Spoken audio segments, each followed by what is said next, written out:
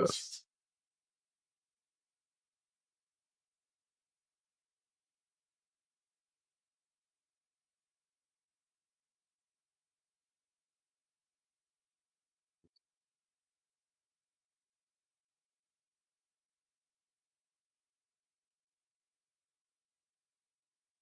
Howdy, howdy. You can't be ducking me. I sent I you an wasn't. invite. You need to accept it immediately. I was like walking over to my desk as I accepted. If I ducked you, I would have just refused it. Okay. Which that's how you told me I could refuse your invites. Give me a direction here. What do I look like? I wanted to wait, by the way, until we got much later in the day before I announced that Charlie Kirk was dead. Hi, Joe. By the way, I don't know if anybody knows, but Charlie Kirk is actually dead. I wish that was a good thing. Well, I mean, here's the thing. I mean, with Charlie Kirk not being alive, that does mean that he can't be out there spreading hateful rhetoric. But yeah, with the conservative media trying to paint the shooter as a trans person, really already. Means, huh? We don't even know who the heck they are, and they're already fuckheads. No, the Utah police have a person of interest in custody, and so yeah, so the media is being like super fucking shitty about it. Need my water. So I mean that right. So the White House is they're gonna have a service for him in. They didn't even like notice the Minnesota lawmakers that were killed. Said nothing about it. Right. And conservative pundit at best, shit stirrer at worst, and we're gonna like flags half mast and all the other shit. Right. So it's a good thing I have water so I can keep refusing to be too deliberate in my disgust at this. You're disgusted? Yeah, I'm disgusted. Oh, I'm thoroughly disgusted too. I mean, he's one of the reasons there is so much hate in this world. One less hateful voice. He was Hi, very Brandon. much. Hi, Brandon. Hello. He was very much a hateful voice. Anti-gay, anti-trans, anti-minority, anti-everything else. But very quote-unquote pro-Christian, as in Christian white nationalist, because he didn't mind white people, which is why he was in Utah, because there is a very large concentration of white people there. Yes. I mean, conservative people on top of that, remember, because, Utah is decidedly Mormonistic. Oh, yeah. In nature or whatever. And so that's the thing that sort of puzzles me is that the trans population and the queer population in Utah is not large. I mean, it isn't. So I will say, however, in certain circles, there was already the conspiracy theory floating around that it was a false flag that went bad. A what? The false flag. False flag? What do you mean? That also is it was a not setup to surprising. It was a setup to make it Butler, Pennsylvania. Do you really think Butler. Trump got shot on the ear? No. I mean, it's unlikely. Do you understand ballistics particularly well, Brandon? No. Okay, so let me just explain it to you like this. If a bullet were to just graze your ear, okay, the force around that bullet would take your ear clean off. Now, if the bullet were to go like inches away from your ear, two things would happen. One, you'd be deaf in that ear. You would not be able to hear out of that ear for an extended period of time. And then two, and the thing that Rachel brings up, you would have cartilage damage that would never heal.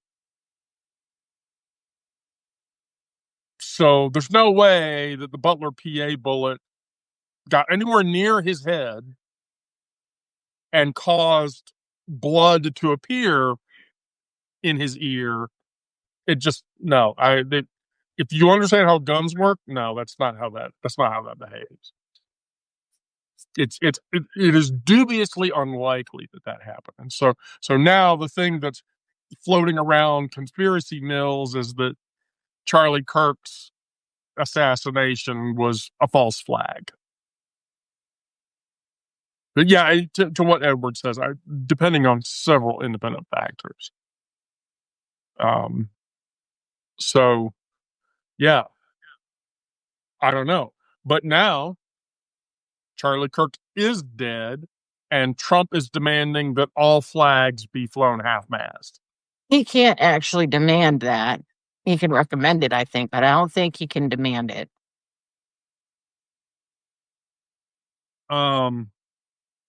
He's the Orange Monster does what the Orange Monster wants to do. Yeah, the Orange Monster thinks he runs the world. He also wants to be Pope at some point. I mean, the guy's a moron.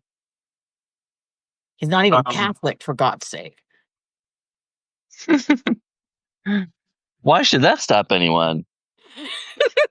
God only knows. Wait, say that again. Why exactly? What? I said Trump even wants to be Pope, and he's not even Catholic. The guy's a moron. In numina Patri et Filii et Spiritus Sancti, et Avernum et Infinitum. He can wear that hat. He can wear the hat, but he's a dumbass. Hi, Sin Mac. Now, here's something worth mourning. Somebody just posted that their cat died on Facebook. Now, that's something worth mourning compared to Charlie Kirk. I could see mourning somebody's cat being killed. People are freaking out about Charlie Kirk. And there's kids that were killed in Colorado, weren't there? Colorado students were killed. Don't care about them. 4 students, including the shooter at a Colorado high school, are dead. Evergreen, right? That was today after Charlie Kirk today? Was shot. Yeah, 4 students were injured after a shooting in a high school in Evergreen, Colorado. The shooter is a student at the school who used a revolver handgun to shoot fellow students. The sheriff's office confirmed to news agencies that students of the high school, including the shooter, were transported to an area hospital. Officials have received reports of the shooting. The suspect was engaged and neutralized, but not killed. Not killed. And so, but I mean, there was a shooting at a school. Don't pay any attention to that. Pay attention to the fact that the national hero, Charlie Kirk, has been killed. Hi, Alex. How's it going? We're all bitching about Charlie Kirk. There's a systemic problem when the government as a whole decides to glorify a person who is dogmatically problematic over kids being shot in a school. And let's face it, if you go to the Newsweek quote, as far as I'm concerned, Charlie Kirk just died for his cause. Because he said that people being shot was just the cost in having, Second Amendment rights. So he just died for what he believed in. Well, so that's something that should be pointed out, is that Kirk repeatedly has said that unfortunately in his mind, that people getting killed in gun violence is necessary. Yeah. Is necessary to secure Second Amendment rights. Right. Which is bullshit. So he just died for his beliefs. Hope his wife's proud of him. I don't look at Twitter all that often, but Twitter is on fire. Oh, of course. Here. Oh, I bet it's all about getting rid of all of the gays and trans people that are deadly, right? Here, allow me to give you. So James Woods posted on Twitter that specifically that here, let me find it. He says it's not gun violence, it's democratic terrorism. And James Wood says, I enjoyed dinners with Charlie Kirk, but I often worried about his safety. The left say they want national conversations. Charlie Kirk actually did just that in the Lion's Den, no less, at left-leaning venues, hoping facts and common sense would prevail, and they murdered him. Yes, it was all of us who did it. Yeah, we all did that. And so, yeah, Twitter is just on fire with Elon Musk even, which, by the way, I have to tell you, I'm so happy to announce this. Elon Musk is no longer the richest man in the world.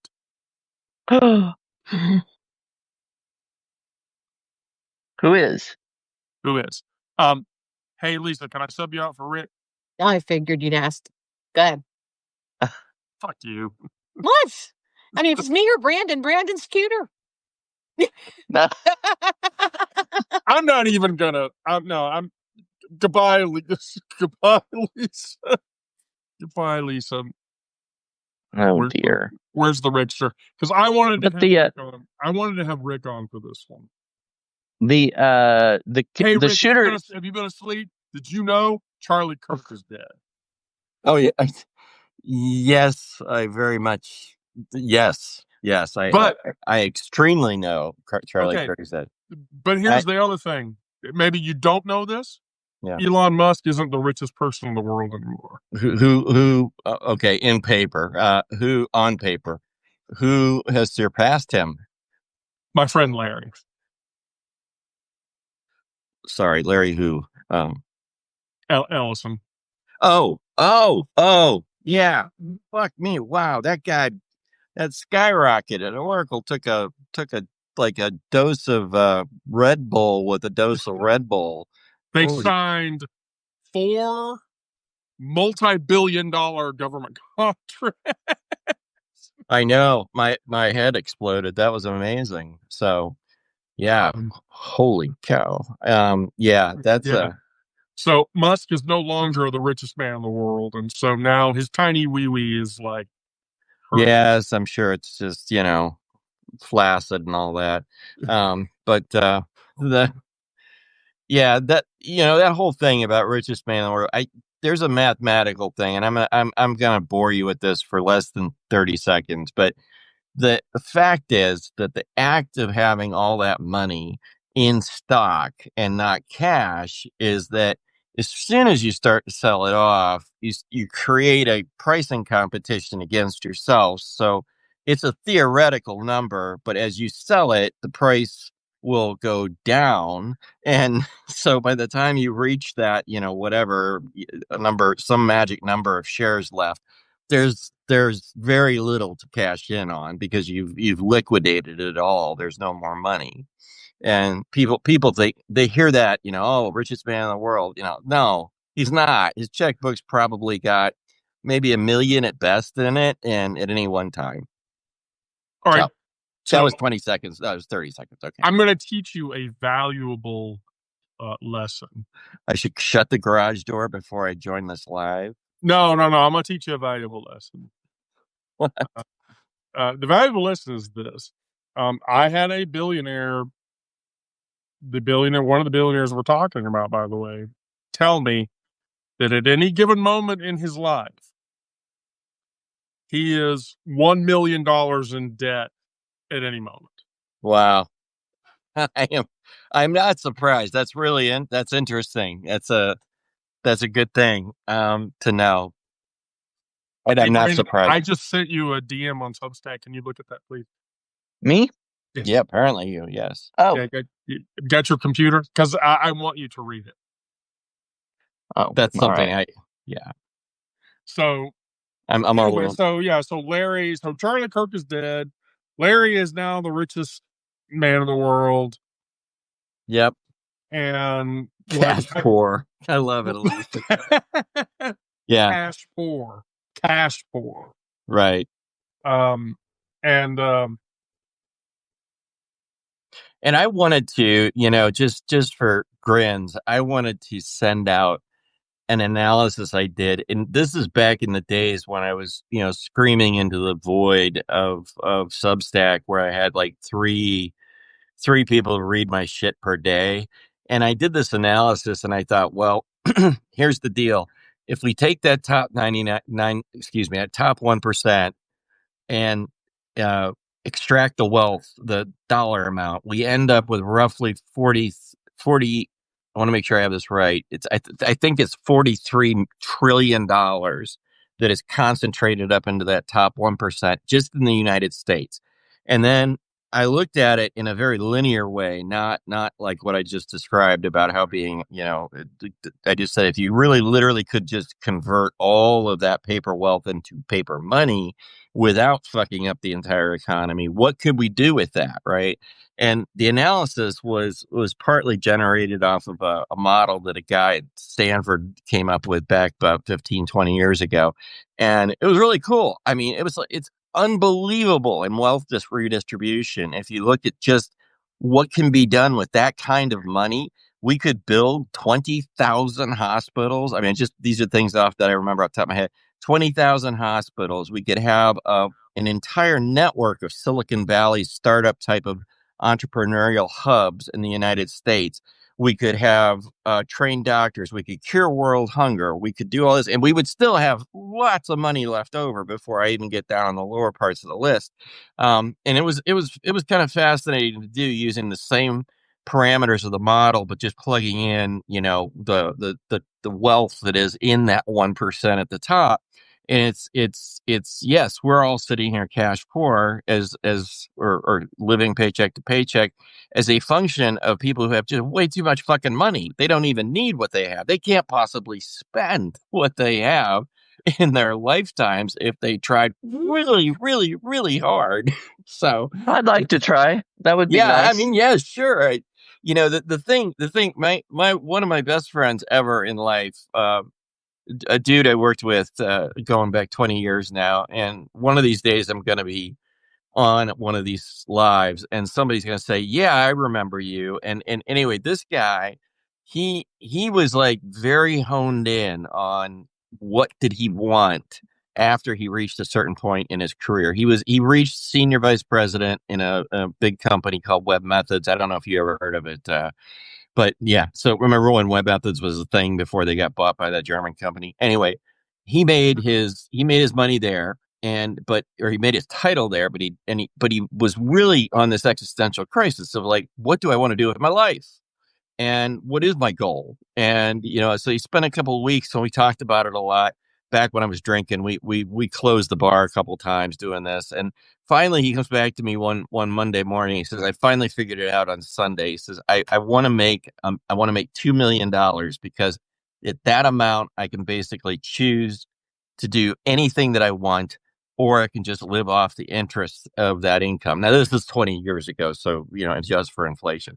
But you get the idea, right? He's like, the idea is maximum choice. He wanted to have the ability to choose his destiny, and he figured that was possible at exactly somewhere around $2 million. He would be sufficiently wealthy.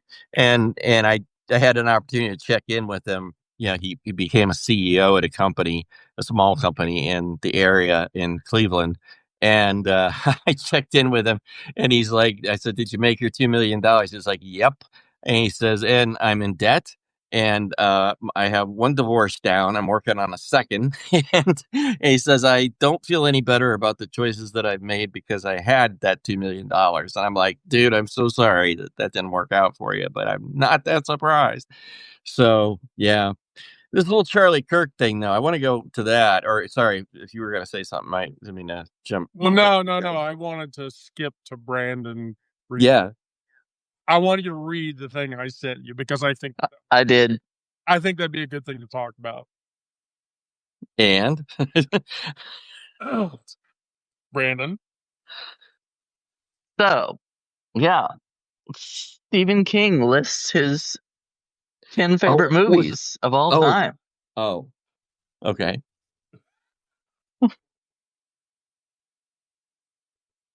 Well, one of them is not The Shining.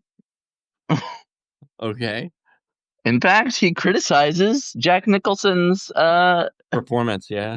performance in it. Yes. Wow. Yes. So there's Sorcerer. Yeah. The Godfather. Sorcerer was a horrible 80s. I don't know that one. Yeah, oh yeah. Never even grazed my eyeballs at all. The Godfather Part 2. What a piece of shit. What a piece of shit that movie is. I'm like, okay. Now, isn't that the one that won the Academy Award, though? The second, the Godfather Part 2? Wasn't it the third one that was truly horrible? Okay. The third one was a disaster. But okay. I will tell you that, unpopular opinion, The Godfather Part 2, I hate that movie. Okay. But critically, it was acclaimed. It was critically acclaimed. But my problem with that movie is that Michael Corleone killed Fredo. He killed Fredo, and I'm like, okay, this is fucking stupid, and I can't watch this. It's like one of the few sequels that have won an Academy Award, though, right? Yeah. The Getaway. Okay, yeah. Was that Charlie Sheen? I think so. I didn't look. Oh no, that was McQueen and McGraw. So that was a Steve McQueen movie. Okay. Yeah. I'm thinking of something different. Yeah. Steve McQueen, Alan McGraw, Ben Johnson, and Sally Struthers was actually in that film. Oh. Interestingly enough. So, right. Groundhog Day. Oh, who the fuck can argue with that? Yeah. I mean, I thought I liked it, but a lot of people did not. Yeah. A lot of people didn't really like it. I had a delayed negative reaction to that movie. It was the oddest thing. I loved it for a while, but then there was like a point. I think I was stuck in a hotel in like Des Moines, Iowa, doing some consulting work. So I was there every night. And the only thing on pay-per-view was that fucking thing. And so I watched it and over, and it finally clicked. And from that day forward, I never wanted to see it again. Just an over. I was in Omaha, Nebraska. That's where the fuck out. Now I remember. Oh my God. Oh, I like Omaha. Oh, geez. Yeah. Why? Anyway, sorry. I was still drinking back then, and I could barely find a place that. Well, here's the thing. It was like Groundhog Day. Bill Murray, right? So, why would you even question that? Okay, yes. Oh, back to Omaha. Omaha has a lot there. I was like, I want to go back again. I loved it. Okay, maybe that was what year were you there? Roughly. Well, it was just this year. Oh, okay. So I was there in the early 2000s, and that was enough for me at the time. I crossed that off my bucket list forever. I went to Omaha, but the reason that I went to Omaha was for a really stupid fucking reason. And if I tell you why I went there, you're gonna judge me. Because there was a fantastic nail salon. You had no. This was way before my gender transition. Here you go. Okay. I went to college with a guy who was friends with another guy who was from Omaha, Nebraska. That was where my friend was from. And the friend of his was a guy named Nick. and Nick was in a band called 311, and I went to see 311 in Omaha, Nebraska, so that I could hang out with the band after the show or whatever. Okay. No, that's not judgment. You can be one of the cool kids. Yeah, I want to be one of the cool kids, and that was one. Okay. Yeah, and then the band went on to fuse with Finger 11, and they made great music together, and so now you're famous. And I think they named an album after you, though, Wendy. So sure, why not? Right. So what's after Groundhog Day? Casablanca. Oh fuck yeah, of course. Yeah. Okay. I haven't seen that actually. I know it's a classic. Everybody should see Casablanca. I just haven't. Here's the deal. That movie's old. Everybody knows what happens in the movie. Okay? You get to the end of the movie, and Rick's going to argue with me when I say this. He wants her to leave. That's why she...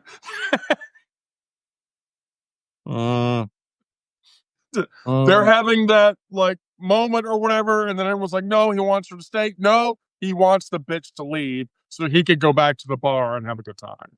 Yeah. Maybe not today, maybe not tomorrow. But that's why. Yeah. Play it again, Sam. Right. Fuck. Okay. Next. Treasure of the Sierra Madre. That's actually a really good one. I don't know that one. It's old. It's an old film. But that's I'm with you, Brandon. That one is out of my league. And then da-dum, da-dum, da-dum. We're gonna Jaws 1 or just Jaws 1, 2, blah blah blah, or Jaws. I kind of got a fin going on here. Yeah. Okay. It just says Jaws. I guess it must be the first one. Fuck you, Charlie. Fuck you telling me I'm old. That's why I've seen it. Okay, Wendy, I'll tell you you're old, and that's why you've seen it, because I'm older than you. I can say that with kind of guilt-free, whatever the fuck, right? I got 5 years on your ass, so we're gonna need to. I mean, I think I could go with the. I mean, at the time, it was like, everybody was afraid to go in the ocean after that, and I'm not gonna do. Well, we need it re-released now because crazy fuckers are getting in the ocean again, and they're actually getting limbs bitten off. So I see that every day. It's like the mainstream media just has to cover it. There's another. Did you hear about the guy down in Australia? Yeah, no, I don't. I may have. I don't really record it. Shark attack. A great white attacked a guy and literally shorn off like the entire left side of his body. Oh yeah, he died. Did he live? Fortunately, he's all right. Oh, all right. You funny. Okay. He's upside down, all right, because it was in Australia. All right. Look, tough crowd. I'm here all week. Tip your waist. That's right. I'll tip. Yeah. Okay. The next one. We'll empty my ashtray too. Next. Yeah. Mean Streets. Oh yeah. I don't know that one. That one's another. That one, 83, I think. No, 73. That was 73, and that was 73. Scorsese with De Niro. Oh, that was before I was born. Yeah, Scorsese. Well, De Niro. Yeah. Okay. That was De Niro, Keitel, Richard Romanus, and Cesar De Nova. All right. So here's what I'm going to tell you. I am shocked that I have not heard The Shawshank Redemption, because I consider that to be the best movie that's ever been made. Huh. Well, I haven't finished the list yet. I've got 2 more. Okay, maybe it's on the list. All right. It's not, but I'll. Brand, way to set it up. Go ahead. We're all just hanging out here for anticipation. Close Encounters of the Third Kind. Yeah, I figured that had to be on there sooner or later. Right. Steven Spielberg. Close Encounters of the Third Kind. Shut that weird hand gesture thing. Wait, every time I watch that movie, I want to like get a plate of potatoes and made the potatoes into. Brandon? Have you ever seen the movie? No, I haven't. Yeah, well, okay. I mean, It's old. Okay. Tempo. Let's and the keep it last moving. one? That's all right. It's another old one that I haven't seen. I know. I need to go back and watch some of these classics, but Yeah. anyway. So I've seen the list, so I know what the next. Yes, KK. Yes, we are. So here you go. Like, we'll see if Rick has seen the last The one. last one on the list. Yeah, last one. Double Indemnity. Oh yeah, I have seen that, but it's a hell of a long time ago. Wow. Doesn't it? The major stuff doesn't come back, but it was a great plot. It was a great plot. Isn't that Barbara Stanwyck? I think. Yeah, that rings a bell. Like Fred McMurray and Barbara Stanwyck. Yeah, that rings a bell. I don't know. I can kind of understand that he excluded some of the ones that, like Shawshank Redemption, or the ones that were adapted from his own works, because as an author, you have a vision in mind. You see your character. You've lived with these characters and developed them and everything, and then they're put on the screen, and you're like, "That's not who that is." I mean, you know what I mean? I mean, it never will live up to what your imagination was. So, right. Even though we look at Shawshank Redemption and say, yeah, that was a great film, and I agree, I think it was. But if I wrote the book, then I might not think so. You wouldn't rank that in your own. But here's the thing, too. Let's be clear that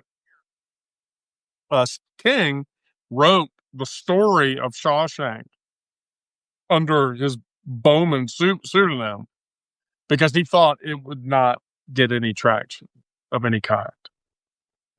And so, yeah. So, Craig, we talked about Charlie Kirk, and we didn't celebrate that Charlie Kirk is dead, but we're just sort of trying to mix it up. So we're not morbidly talking about how Richard Bachman, right, Lisa? I could never remember his pseudonym. Who was that? Sorry, Richard Bachman was Stephen King. Yeah, Bachman was Stephen King's pseudonym. Got it. I asked a friend of mine if she had ever. Well, if one thing, I'm disappointed that there are no musicals on this list. Yeah, number one. That would be one of my top 3 complaints. But I was asking a friend of mine. We watched 7 Brides for Seven Brothers when we were in high school. That was like in our choir class or whatever. Have you seen that? No. 7 Brides for Seven Brothers? Yeah, of course. Yeah, I know. I thought that was kind of. I'm a theater queer. Yes, I've seen that. But I mean, if you look at the premise of it, she looked it up. She was like, they kidnap women and force them to marry. I'm like, oh yeah, well, I guess that kind of did happen. Oh my God. Not so sure that would fly today, but no, probably not. Yeah. I mean, I'm still waiting for them to remake like my favorite musical is the Brat Pack musical, Robin and the Seven Hoods. Oh, I haven't seen that. Remake that, but they won't ever do it. Yeah. Well, anyway. Well, because they did that with Ocean's 11 or whatever. And I love that movie. I love the remake of Ocean's 11 more. Yeah. Than the original. Even though that was, they put a lot of thought into that story on the second go around as well. Yeah. It was that made way more sense. Mm-hmm. Yeah, I didn't see the first the original. I ran them backwards. I saw the newer one first, then later the second one. But yeah, I thought the second one was. I thought the first one was not as good as at all as the second. Sorry, I have them backwards in time. Anyway, you know what I mean.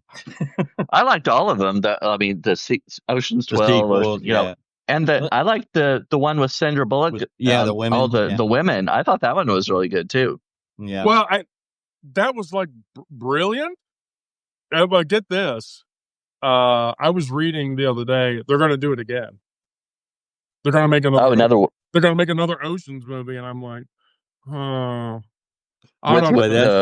the women or out of the towel. Well, I mean, did you see how they did the remake of Naked Gun?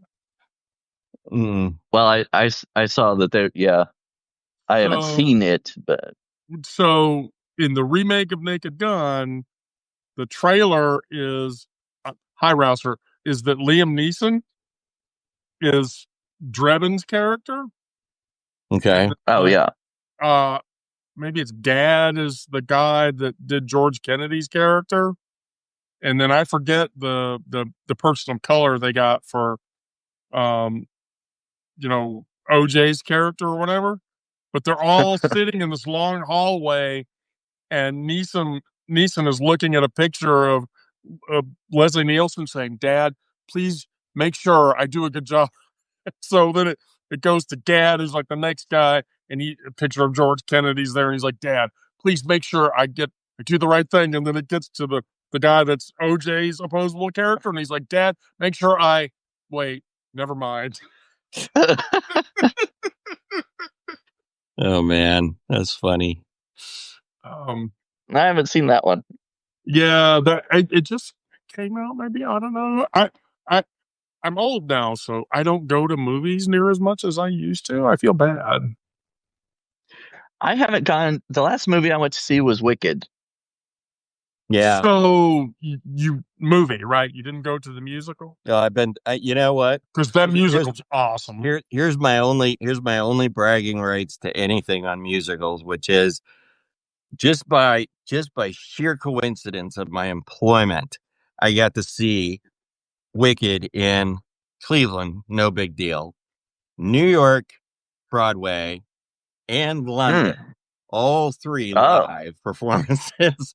And I'll tell you, the one in New York was the blow me away one where my brain just left my body and didn't come back for a couple of days. It was like that, yeah, you're not shitting. That's a great musical. And the movie is a very like LSD-ish type of expansion on the color palette and everything else about the movie. And it's, I can't fault it on a lot of ways, but what's her name? The one that plays Glinda. Ariana Grande.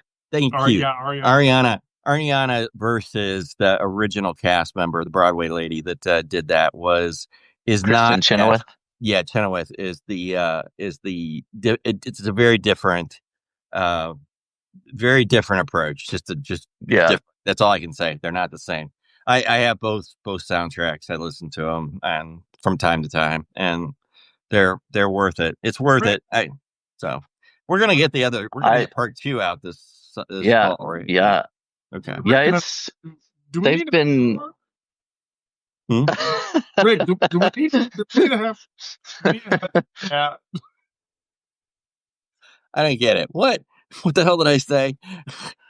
I don't even know. Fuck it. Do we need to have to talk? Yeah. Okay. Yeah. We go with you. More than likely. Yeah. Oh, the safe thing.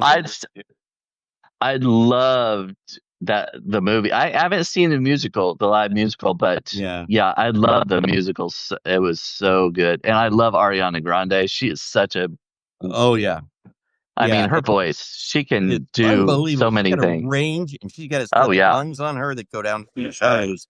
I swear to God, I've never seen anybody with as much lung capacity in such a tiny frame of a body. It's like it literally must go down her thighs into her kneecaps, where she's got like extra storage of oxygen. It's unfucking believable. She can hit stay on up there. Oh, there are certain people that, I used to feel that way about Pavarotti. I mean, when you actually watched him, he's kind of barrel chested for a guy or whatever, but Holy shit, that voice.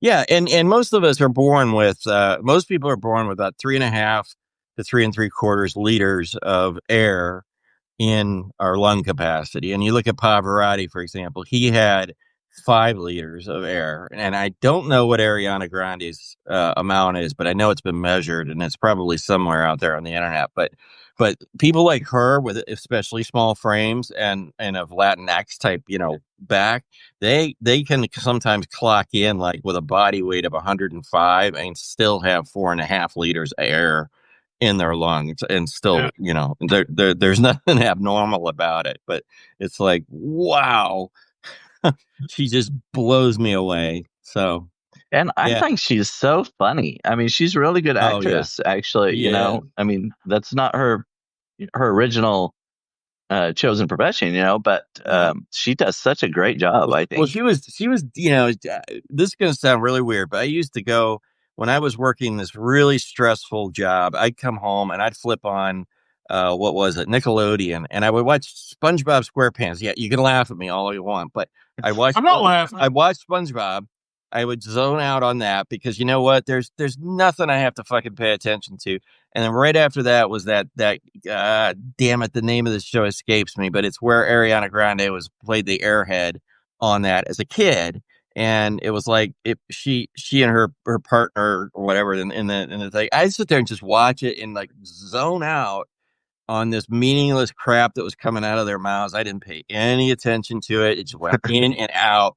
But it was like almost cathartic because I didn't have to think, because all day long in the situation I was in, I was like, Rick this, Rick that, I was like, So I was so happy to watch it. And then she just blossomed out of that into holy shit, Bill. She can sing. She's got a full. And Cynthia Erivo too is absolutely phenomenal, unbelievable, and amazing woman, just unbelievable. So talented, and I'm looking forward to. I'm definitely going to see. I don't go to the movies all that often either, but that one I will go. I haven't been to movies since basically the pandemic, but I told my wife when Wiki came out, because of the Cleveland, Broadway, London, I said, we are going to see this one in person. And she's like, she'd never seen it. She'd never even heard of it. And she's like, why? And I'm like, we just have to. And now she's like all amped up for the second one to come out, and for us we're going to see that one too in the theater. So that's they were showing videos of like straight guys too, just everybody saying, the sing-along, or how much they enjoyed it, and so many people actually went and saw it 2 or 3 times. Yeah. I would have gone back and saw it again. Easily. That movie is gay as fuck. I don't give a shit. That movie can be gayer than it is, and I would be happy with it because it is so brilliant. This is why you want gay people doing costumes, directions, and fucking filming it. Because they've got the eye and they've got the brain that makes sense out of it, and that's what I have learned in my years of relative to film, art, and musicals, that you want the gayest possible person you can possibly get with the talent, right there. So I'm going to agree with you up to about here. Okay. And then I'm going to disagree with you for this. And my argument for this is one in which you were not going to argue with me when I say this. And so I will say this. I love the book, T.S. Eliot's book, The Curious Case of Cats. Yeah. Which is the book that the musical Cats is based on. Yeah. I love that musical. If you don't love that musical, I don't. Right. I love it. Yep. But the costume designer for the movie. Okay. For the movie Cats. Now, I've seen that musical like over the years, like 10, 15 times. I went to the movie. I got halfway through the movie and I said, fuck it. I am because this is horrible. And I confirmed later, by the way, that the costume designer was gay, was a queer person. Wow. That, no. Yeah. Okay. You got me there. Absolutely. I didn't think it was as bad as people said, though. I really did. I thought it was all right. Did you have a comparison to like a theater experience of some kind? No. Okay. That helped. That's the only. Yeah. Yeah. I'm sure. Yeah. I'll put it this way. That would make a difference. I would rather watch the 80s Thundercats on television than watch the Cats movie. Oh, Thundercats. Ever again. I remember watching Thundercats. An awful movie, and it really was.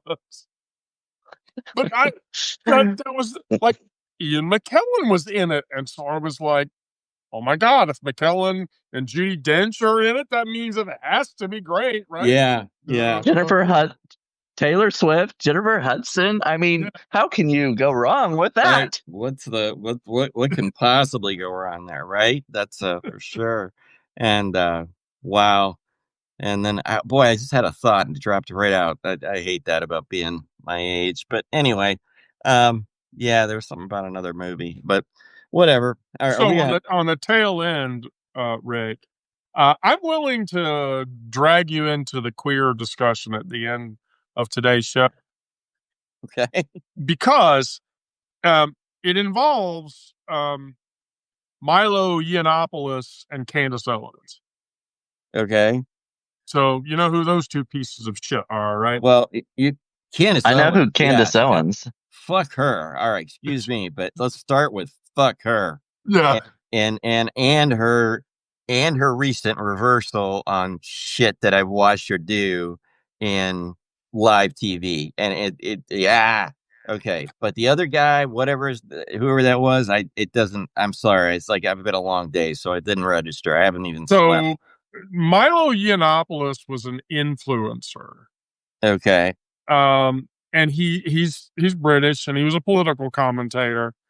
And he was rhetorically the most inflammatory British commentator that you would ever have run into. And he was born in 1984. He was a Breitbart editor. Okay. Yeah. All right. Right. So with all the shit going on with Charlie Kirk, or like all this like build up about trans people, the trans shooter, and I imagine that Owens and Yiannopoulos are going to continue on this. They've come out and had published a long interview between the two of them about the state of things in our community and what needs to be done about it. And so I was going to write a piece about it, but the notes that I had, I got through it and I'm like, I don't know if I can do this. Yeah. So here's what happened. So they talked about gay parenting. So Milo Yiannopoulos is viscerally against gay couples raising kids. And so Yiannopoulos says that suggesting that raising children requires two people of the opposite sex is, that's the way it's supposed to be. So my blood pressure just shot up from about 110 to 190, maybe 330. I'm not sure for a second or two. Yeah. And I will tell you, of the many gay friends that I have, and of the now at this stage in my life, most of them are married. They were not always so. Right. But by now, most of them are. And I will tell you what, some of the most well-adjusted kids I have ever met in my life, I mean, out of heterosexual gay couples, it doesn't matter, have come from the gay community, because from those people in those communities, because they are psychologically so attuned to the needs of the children and where their brains are, where their hearts are, what kind of anxieties they're going through, that it fucking doesn't matter what gender they are either. It's not a man or a woman, a boy or a girl thing. It's a fucking person thing. And that boy, if you want to get me on a soapbox real quick, that was exactly what that was Okay. the button to push. So Sorry. Owens Go ahead. looks at him. No, here's the thing. Yiannopoulos is gay. Okay. So that's part of it. So Owens looks at him and says, gay parenting and gay supervision of children is child molestation. Oh, fuck off. I mean, really. Yeah. Uh-oh. I'm a queer person. Uh, I have, 3 kids, and my kids are very well adjusted. Yeah. I mean, that well, I that think is I agree with what Rick's saying that. Yeah, well, in my in the article I wrote today it was about INFJ, the personality, with the advocate and the being Myers-Briggs empathetic. thing. Yeah. Yeah. And I think gay queer people are more empathetic than most other people because of the way they grew up. There's a correlation in there that has to come from, or in my mind, right? And I'm not trying to I'm not a psychiatrist or psychologist. I don't want to pretend to be one.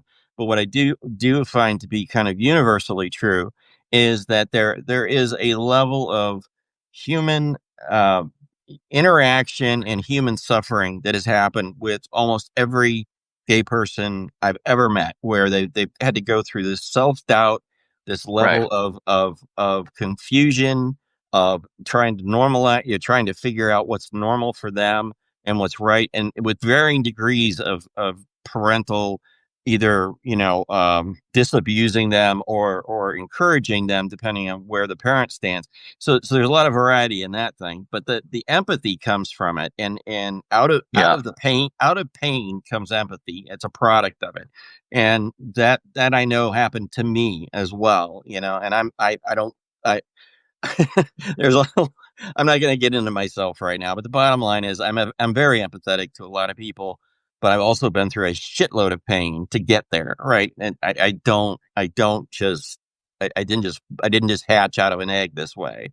So it's like, yeah, it's that I agree that you have that. I would love, if I could hit my back in time button, I would love to just like go bing and be Pete Buttigieg's child, because that couple, they got their shit together in ways that most married people who are hetero are absolutely fucking not close to. And I, of course we don't know what goes on behind closed doors, but the fact is, you don't really have to think that hard. It's not like, oh gee, I wonder how Pete Buttigieg is as a parent. No, fuck it. It just shows right there on the screen. You can look at it.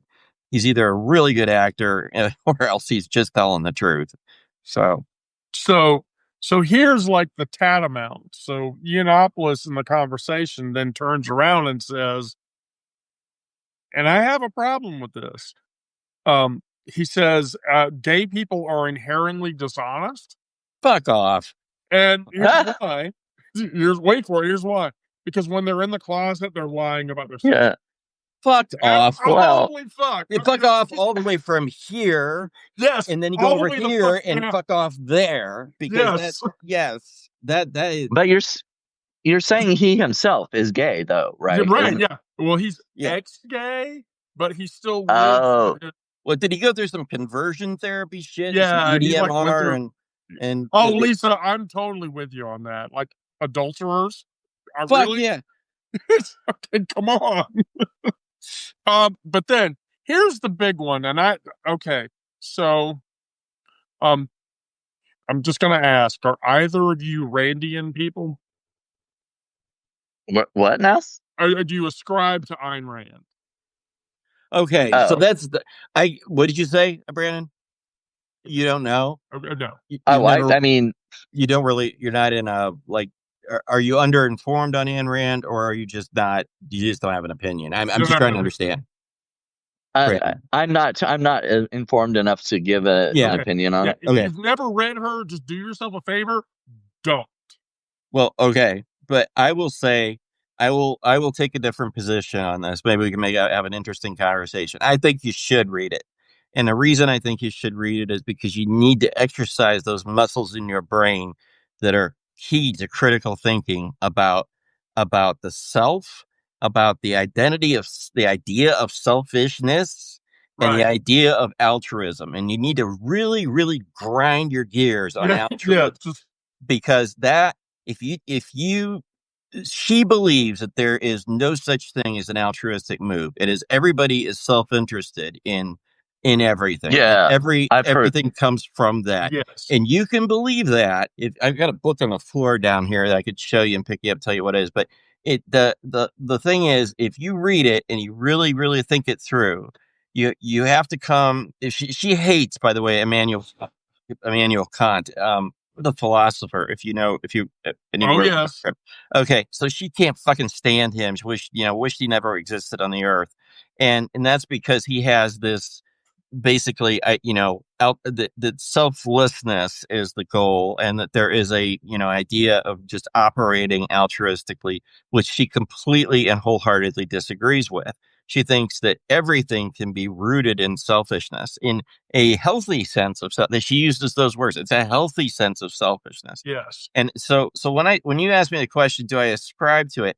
I ascribe to the exercise of reading her, because it is one that challenges you. Just like I say, Christopher Yarvin is fucking, yes, he is absolutely, you should subscribe to the Gray Mirror for a month, spend the $15, read his shit, and then come back and tell me if your brain isn't cooked. It's the same thing with Ayn Rand. It's like, you got to understand what she's trying to say in order to be able to disagree with it. Otherwise, you're going to get these fuckers that come at you. And I've had this all my whole life.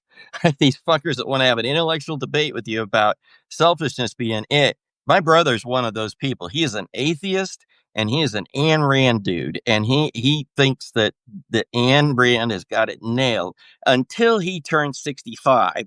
And when he turned 65, he found God.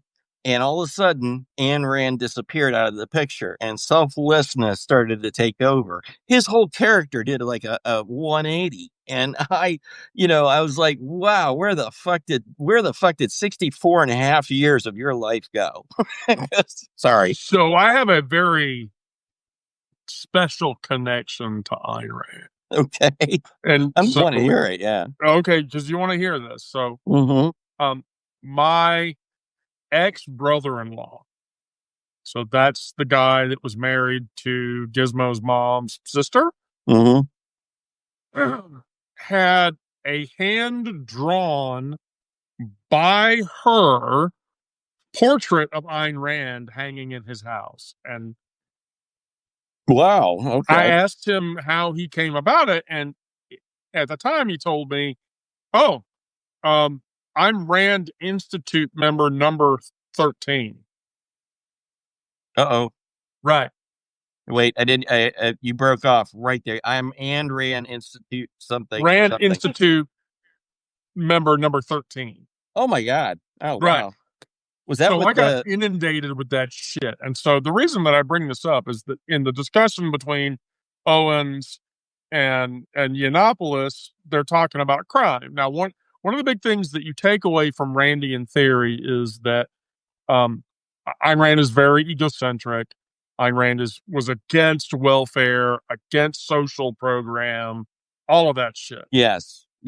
Like those were all programs to make humans weak, and egocentrism is, and so that's one of the reasons why, like, most objectivists, are Trumpians, because they're one, atheist, but then they're two, they are abject conservative Republicans. Like, abject. Yes, they are. They absolutely are. So here's the big thing, and one of the big takeaways. And one of the big takeaways that you get from Randy is victimless crime doesn't exist. That's right. Yeah. If a crime affects nobody and you commit it, you're not guilty of a crime. And the reason that I said this was Owens, talking to Milo Yiannopoulos, said that hate crimes don't exist because all crimes are inherently evil, and there shouldn't be a specification for hate crime. And when I read that, I was like, That's fucking Rand all over again. Yeah, that is. That's a recycle. That's like Rand right out of the dirty, the sock hamper. But Here. the example that Rand makes in Atlas Shrugged, which, by the way, if you can read that piece of shit,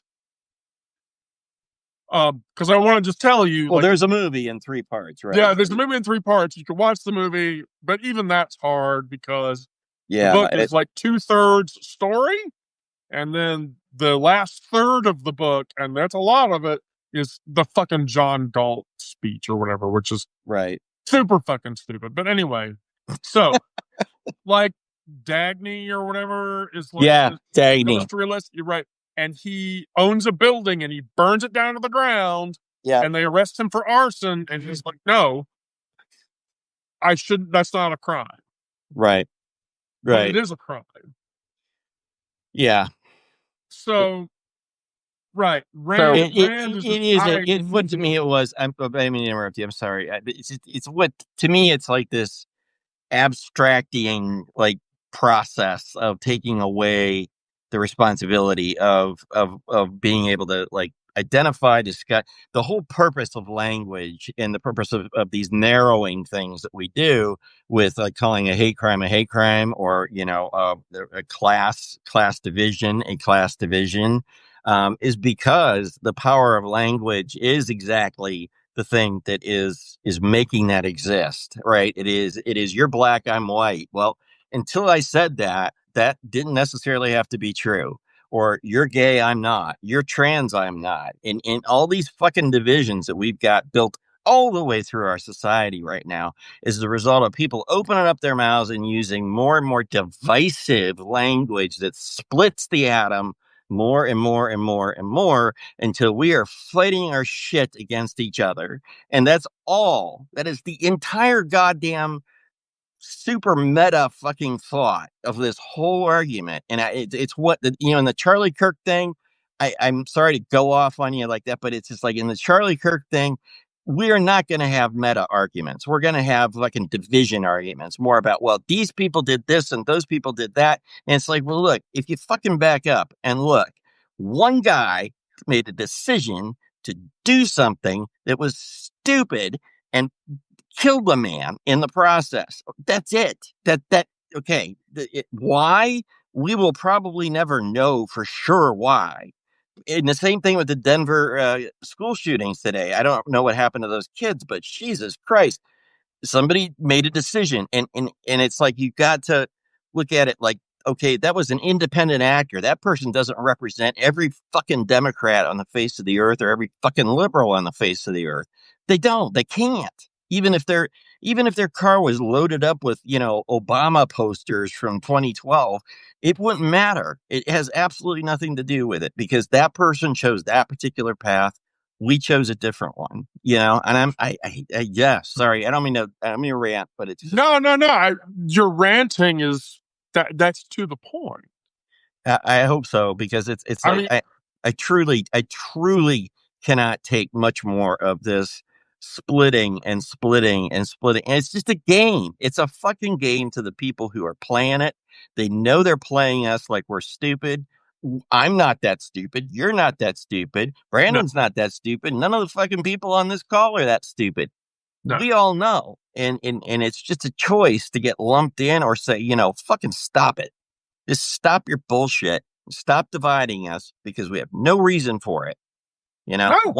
One guy's action does not equate to 74 fucking million people's liberal ideology. I'm sorry. There's no way it can. It's impossible. No, nor can one person's action, one trans person killing somebody can equate to. No. I have to eradicate. I'd take away all the guns of all the trans people. I got to eradicate, you people, all that horse shit. It's like, no, you do not have to do that, because that is again dividing us into groups and sects that don't exist, sects, SECTS, that do not exist. And it's like that's sorry, I get fired up. And it's a dumb fucking game. And until we stop treating it like asininity that it is. I'm really, there's a tension inside of me that's just been boiling for weeks now. And I finally figured out when Charlie Kirk got shot and I saw that video, it jolted me into like, holy shit. Yeah, here's what's going to happen next. And fuck, if I hadn't hit the button to launch X on my Mac, it popped up and there's like 174,000 posts already 3 minutes after he, got nailed that are like, oh, the fucking left is evil and, should shoot everybody, kill them all. Let's gas them.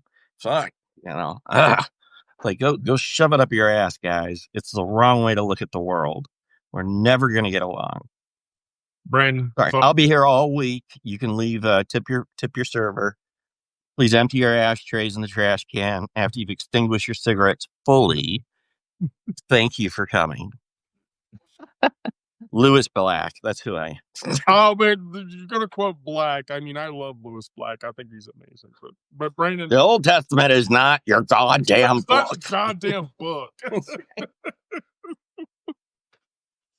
Sorry. Anyway, thoughts, Brandon? Well, yeah. I mean, it is. It's just ridiculous that you can say that a person of one certain demographic represents everyone in that demographic. It just doesn't make any sense. But they don't do it with their own. No.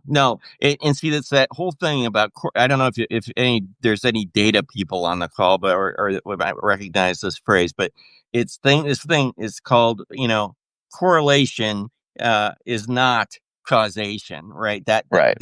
There is causation is not correlation. It's like it is not, the two things are not lined up. So if you're gay, that doesn't mean that one person who does something is gay equals everybody who's gay is going to do that thing. Right. And if you're trans, same thing. If you're hetero, that's the same thing. By the way, I have to ask a random question. In the gay community, is the word breeder still used frequently to describe hetero? It's been on my mind for a while because I okay. Gay friends. Okay. You're asking me if breeder is used to describe a heterosexual person? Yeah, because it was my gay friends.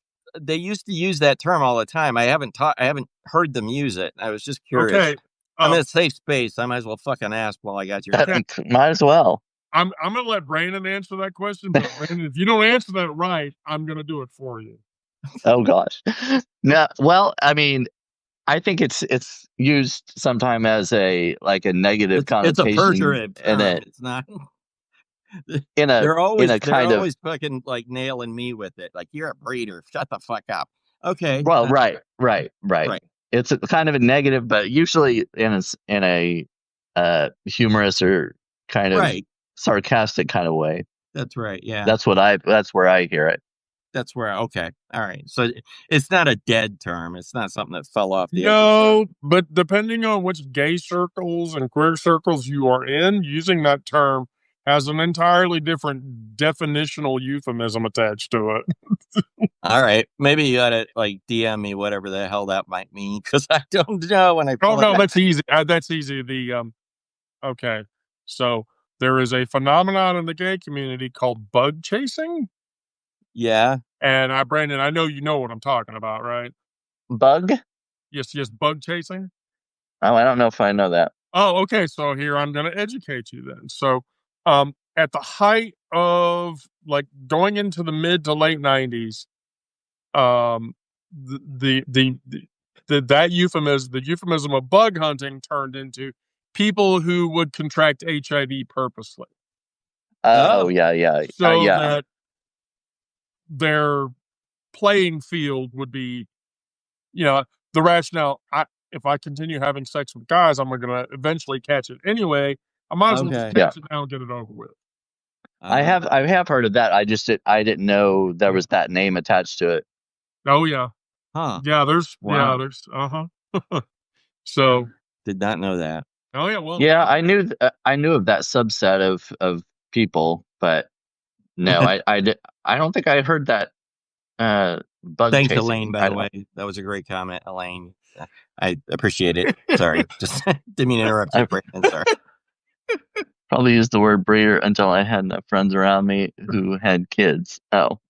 Yeah, I mean, it was just. I can't believe, Brandon, there's queer terminology I know that you don't.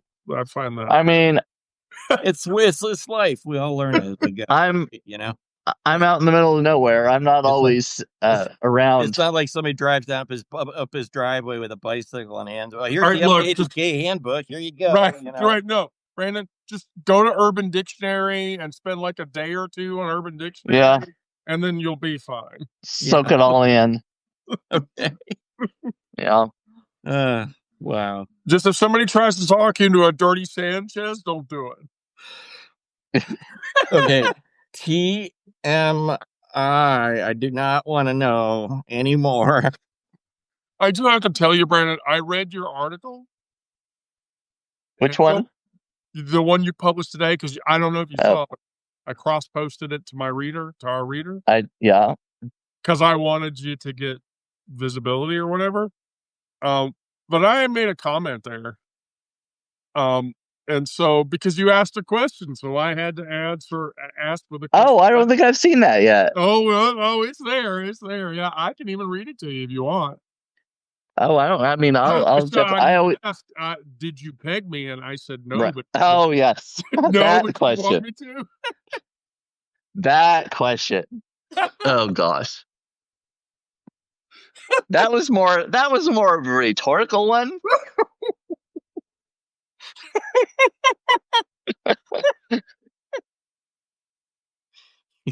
My side. Right. I thought you were. No, I asked a question at the end that said, "Have you taken this test?" And what did it tell you? But no, I forgot about the pegging question. You can't, honey. You can't ask. I know like that and expect Mama not to answer. I know. It's just bad, Brandon. I'm just asking for it, really. No, bad. In many different ways. Well, I didn't peg you, but do you want me to? That was what I said. Okay. Okay. All right, great. So we're right at the hour. Yeah. Rick, oh, already. Rick, thank you both. All right. Time just flies, doesn't it? Yeah, tremendously. 118 people. We had a really good night. This was really good. Yeah. Let's keep doing this. Rick, you and I are going to have a conversation. Oh, my trouble? Shit. All right, we're going to have a conversation. When somebody says that to me, I have a we're going to have a conversation, but it's cool. Okay. Maybe Rick needs to come to our talk tomorrow. Yeah, Trauma Tuesday. Yeah. So well, anyway, we'll talk, Rick. Don't worry. All right, no worries. This is not tonight. I'm so fucking tired. I haven't slept all day. So no. Yeah, I mean, I'll save it for the morning. Just Millicent says, go watch a musical. Right, go watch a musical. Yes. That I will do. I actually that might be a really good idea. Oh, Samantha, look. I will say this in closing. I always do, but I live for the family. And this is my family space because I can't get through this shit without you guys. Hell, I don't. Yeah. If I didn't do this every night, I would be more depressed than I am usually. Yeah. Don't. No, we don't want that. No. All right. Love you guys. Talk to you later. Yeah. You safe out there, Rick. Yeah. You too, Brandon. All right. Good night. Bye, sweetie. Oh gosh. Oh, what an amazing night. Always a good time on Wendy the Druid. So with that, I will tell everybody, if you're new, please subscribe. We're fun. We have fun here. We joke up with each other. If you become a paid subscriber, guess what? You get a lot of cool benefits. You get me coming into your comments asking about pegging. I'm not responsible for my hilarious comments into your into the stuff that you write. But with that, I will tell all of you, if you're in a safe space, get there and stay there. I can't get through this without you guys. We can't get through this without each other. Let's keep doing that. Let's keep meeting every night and let's keep talking about the things that we're talking about. And so with that, I will tell all of you good night. I love you all. Be safe and be good.